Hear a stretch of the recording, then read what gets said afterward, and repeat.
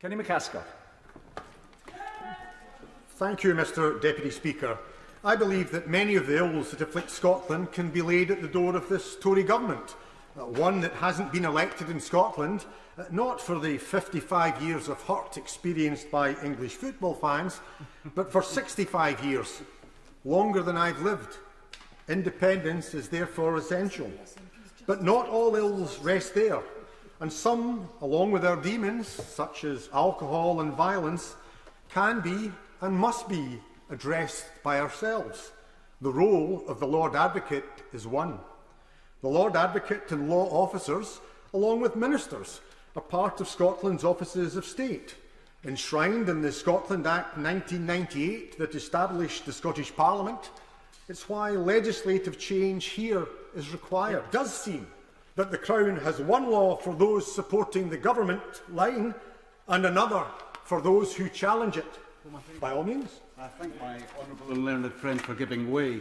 And I'd like to mention a case you'll be aware of journalist Mark Hirst, who was arrested and charged with threatening and abusive behaviour. However, when that case went before Sheriff Pasterson, he ruled that there was no case to answer, that Hirst had simply been giving his opinion of the situation within the SNP and no more than that.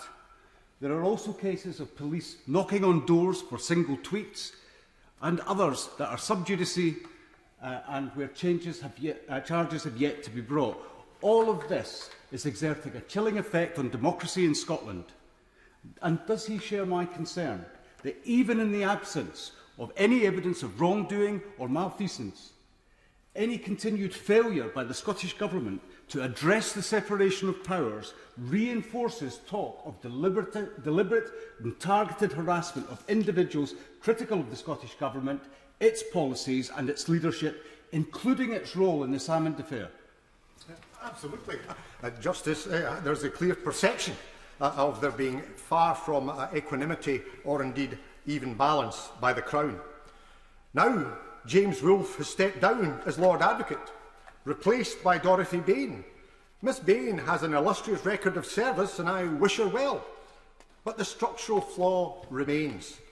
Personnel changes, no matter how merited, cannot resolve the fundamental flaw of a lack of separation of powers. The impartiality of the Crown's an imperative in a democracy.